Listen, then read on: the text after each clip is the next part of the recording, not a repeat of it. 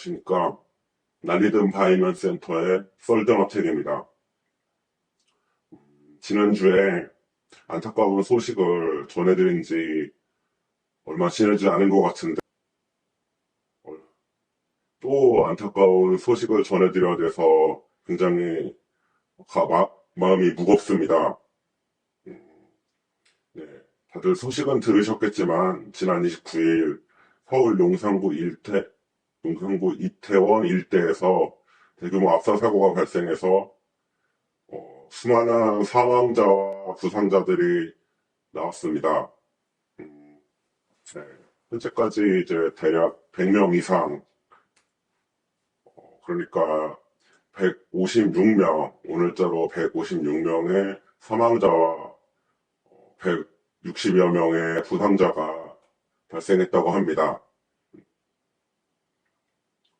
굉장히 많은 분들이 돌아가셨고 다치셨기 때문에 먼저 저희들은 이 사고로 사망하신 분들에 대해서 고인의 명복을 빕니다. 그리고 다치신 분들의 빠른 쾌유와 회복을 바라고 있습니다. 네, 아마 모든 국민들께서도 같은 마음이실 거라고 생각이 드는데요.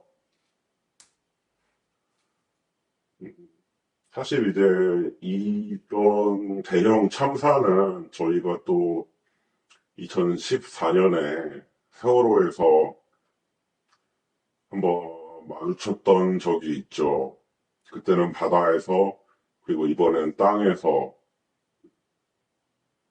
네. 그리고 또 이번에도 젊은 친구들이 많이 죽고 다쳤습니다. 네. 참으로 너무나 안타깝기 그지없는 그런 사고고요. 네, 이번 참사로 인해서 이제 사람들이 빽빽하게 몰려있는 그런 밀집 공간을 꺼리거나 두려워하는 심리적 셧다운을 호소하는 학생들도 있다고 합니다. 네, 어떤 분들은 지하철을 타지 못한다고도 하고, 또 어떤 분들은 기념일 같은 때 이제 사람들이 많이 몰려있는 곳에는 가지 못할 것 같다고. 네, 사실 어쩔 수 없는 일이죠. 그런 참사가 있었던 곳에 무섭기도 하고 안타깝기도 하고. 예. 그래서 이제 우리 국민들은 이런 심리적인 트라우마를 갖고 슬픔을 함께 하고 있는데, 이런 일들 실제로 예방하고 또 사고가 터졌을 때 책임져야 할 정치인들 그리고 공무원들은 그러지 못한 것 같습니다. 특히 공무원분들도 일선에서 수고하시는 분들은 정말 열심히 하시는데, 장관이라는 사람이 이렇게 이야기하고 있으면은 참 맥이 빠지죠. 네. 경찰이 배치됐다고 해서 해결됐을 문제가 아니다, 뭐 이런 이야기를 하고 있는데 말이 안 됩니다. 경찰이나 소방 관련된 일을 하시는 분들은 이제 재난 상황이나 이렇게 집회 시위 상황에서 수많은 분들을 이제, 그러니까 많은 군중을 통제하고 이렇게 제어하고 이제 이끄는 그런 일들에 대해서도 훈련이 되어 있는 분들입니다. 네, 일선에서 수고하시는 분들은 다 충분히 훈련이 되어 있고, 만약에 경찰을 더 배치해서 이런 분들이 미리 안내하고 통제를 할 수 있었다면은 아무래도 피해 규모가 훨씬 작아지고 예방을 못했을 수도 있습니다. 네. 사람이 많이 몰리는 것 자체를 경찰이 막을 수는 없었을 테니까. 하지만 경찰관들이, 소방관들이 미리 배치가 되어 있었다면은 위험한 순간에 보다 빨리 대처하고 또 구급차 출동이라도 더 빨리 하고, 또 교통 통제를 더 빨리 할 수 있어서 구급차들이 더 빠르게 부상자들을 이송할 수 있었다면, 어, 안타까운 죽음을 더 줄이고 피해 규모를 더 축소시킬 수 있지 않았을까 하는 안타까움이 드는 것은 어쩔 수가 없는 것 같습니다. 네. 이렇게 뭐 작년이랑 비슷했을 것 같다라고 예측을 했고, 근데 이제 그렇다면 최소한 작년만큼의 경찰 인력을 배치하는 게 정상 아니었나 싶지만 실제로 이번에는 그런 배치가 없었고요. 굉장히 부족한 인력만이 이제 있었다고 합니다.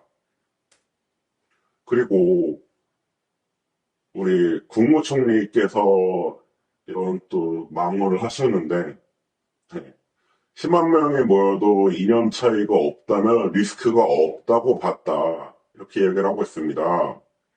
네. 이것도 굉장히 희한한 이야기죠. 우리가 사람들이 많이 몰렸을 때 죽거나 다치는 거를 예상을 할 수가 없죠, 일단은. 그리고 이런 사람들이 사망하거나 다치는 이유가 이념 차이가 있는 경우만 있는 건지, 그런 것들만을 보고 사셨는지, 그렇지 않잖아요.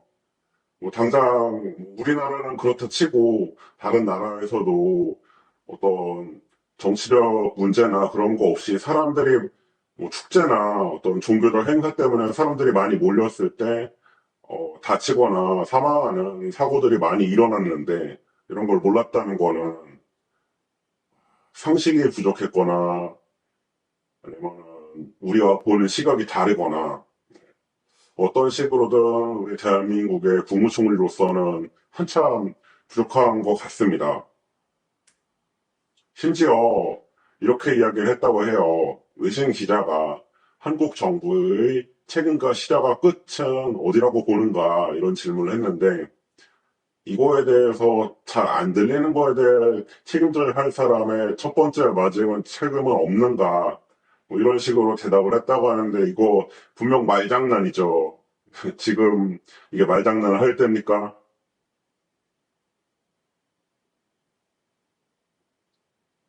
그리고 무서웠다고 하는데 이게 무슨 일입니까?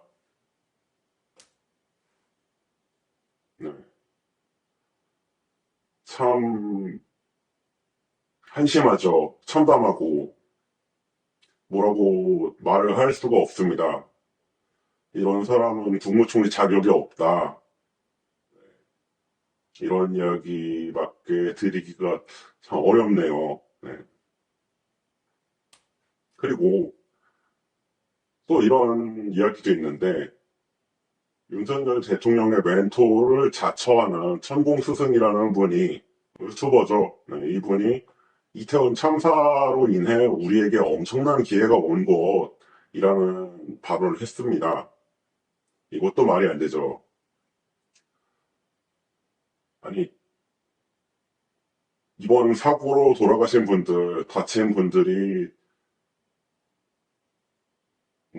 우리나라의 대한민국의 어떤 국위 선양을 위해서 돌아가셔도 된다는 이야기인지 이렇게 얘기를 했대요. 좋은 기회를 자꾸 준다. 희생을 해도 큰 질량으로 희생을 해야지 세계가 우리를 돌아보게 돼 있다.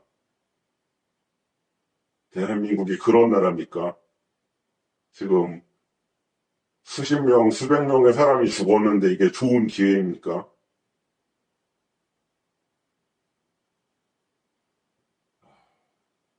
진짜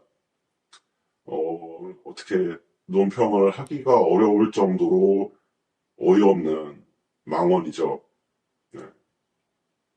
우리나라를 희생이 보람되게 하려면 이 기회를 잘 써서 뭘 해야 된다 하는데 이거는 참사고 애도하고 안타까워해야 할 참사지 이걸 이용해서 뭐 국위 선양을 하겠다 뭐 세계 대한민국을 알리겠다 이게 말이 됩니까? 이거는 돌아가신 분들 다치신 분들을 모욕하는 일입니다. 그리고 이런 분들의 슬픔에 공감하고 함께하는 대한민국 국민 전부를 모독하는 일입니다.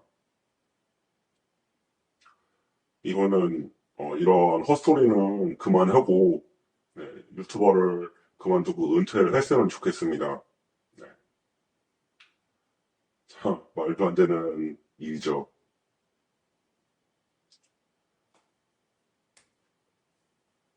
이것으로 날든 바이면 센터의 이번 주 뉴스 브리핑을 마치도록 하겠습니다. 저희는 이태원 참사로 사망하신 분들의 명복을 빕니다. 그리고 몸과 마음의 상처를 입으신 분들의 빠른 쾌유와 안녕을 기원하겠습니다. 감사합니다.